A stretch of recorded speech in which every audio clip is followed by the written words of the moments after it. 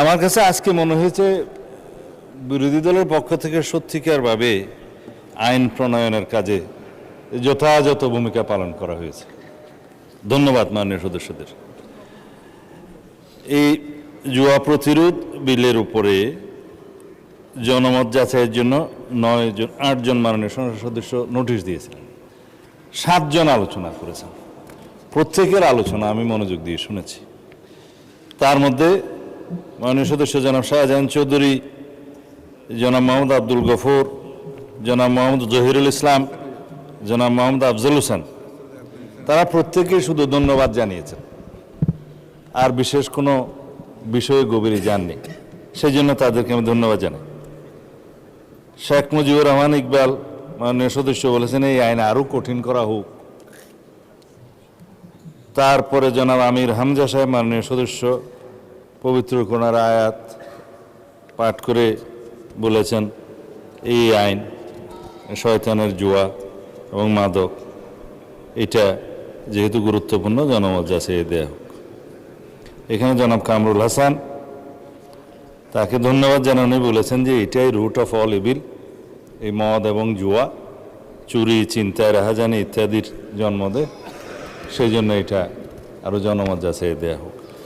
মাননীয় স্পিকার, একসাথে যেহেতু জনমত যাচাই এবং বাছাই কমিটির আলোচনা হয়েছে, তো বাছাই কমিটিতে 2 জন সদস্য গুরুত্বপূর্ণ আলোচনা করেছেন, একজন মনে হয় আরেকজন মধ্যে আলোচনা করেন। মাননীয় সদস্য জনাব আখতার হোসেন এই সংক্রান্ত স্থায়ী কমিটিতে সদস্য ছিলেন, আর এই বিলের উপরে তিনি যথেষ্ট বক্তব্য সেই কমিটিতে প্রদান করেছেন। ওইখানে তার মতামতকে আমরা যথেষ্ট গুরুত্ব দিয়েছি। তো তারপরেও তিনি এখানে এটা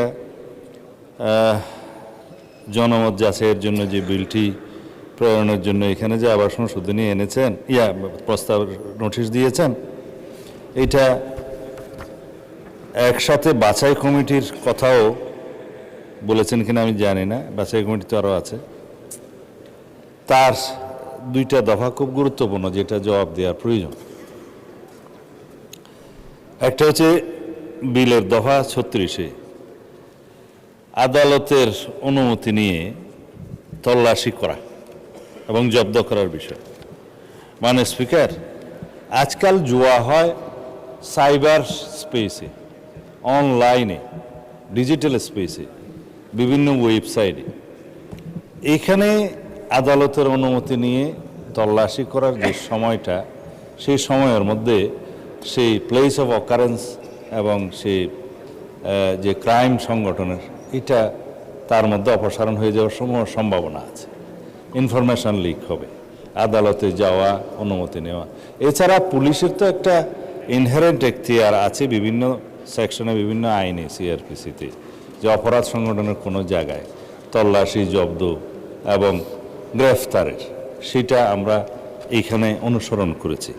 তো সেই জন্য এই দফায় ওনার যে প্রস্তাব সেটা গ্রহণযোগ্য নয়। আর দফা 43-এর মধ্যে 43-তে তিনি বলেছেন যে কন্টেন্ট বা চ্যানেল ব্লক করার জন্য website, app, domain, IP address ও যোগাযোগ চ্যানেল ব্লক করার যে ব্যবস্থাটা, যে ক্ষমতাটা দেয়া হয়েছে এই আইনে, সেইটা যেন অপব্যবহার না হয়। তা আমি মাননীয় সদস্যকে অনুরোধ করব, এটা ডিজিটাল সিকিউরিটি অ্যাক্ট নয়, এটা কোনো সাইবার সিকিউরিটি অ্যাক্ট নয়, যেটার উপর আমরা বিল আনার জন্য চেষ্টা করছি। এটা আমাদের আইন প্রণয়ন প্রক্রিয়ার মধ্যে আছে, এটা আমরা ক্যাবিনেটে আলোচনাও করেছি, ড্রাফটও হয়েছে। ভবিষ্যতে বিল আকারে আসলে সেখানে স্থায়ী কমিটিতে যখন যাবে ওখানেও আপনারা মতামত দিতে পারবেন, এবং দফাওয়ারি যখন সংশোধনী আসবে বা এই জনমত যাচাই বাছাই আসবে তখন আপনারা কথা বলতে পারবেন। সেটা আলোচনাটা সেইখানে করা দরকার।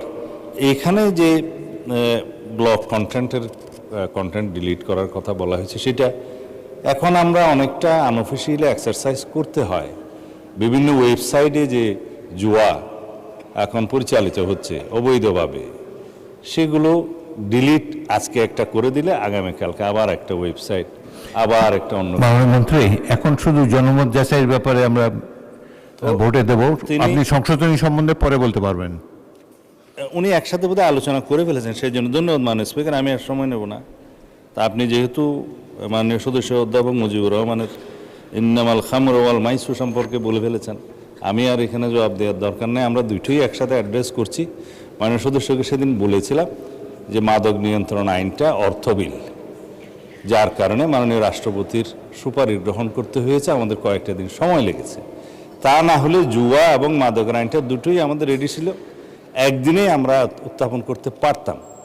তো এইটা আপনার টেবিলের সামনে আছে, উত্থাপিত হয়েছিল পরে আজকে স্থায়ী কমিটিতে, না 2 দিন আগে স্থায়ী কমিটিতে এটা আলোচনা হয়েছে।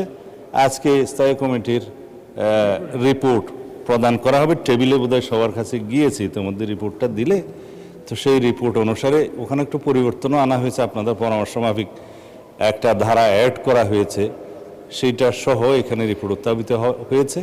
সেটা যখন আমরা বিবেচনার্থে গ্রহণ করার জন্য আলোচনা করব, তখন মাননীয় সদস্য সেখানে কথা বলতে পারবেন। মাননীয় স্পিকার, এখানে আমার বক্তব্য শেষ।